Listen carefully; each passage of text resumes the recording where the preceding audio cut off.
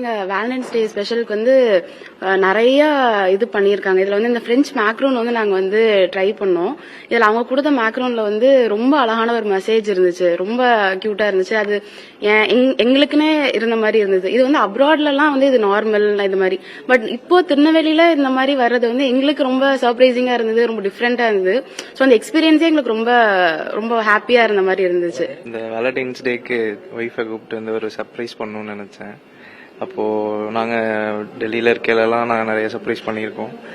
இங்க திருநெல்வேலியில பார்க்கல புதுசா இங்க இந்த பிரெஞ்சு மேக்ரூன் அப்படின்னு சொல்லிட்டு அதுல ஒரு நிறைய இது இன்ட்ரோடியூஸ் பண்ணியிருந்தாங்க.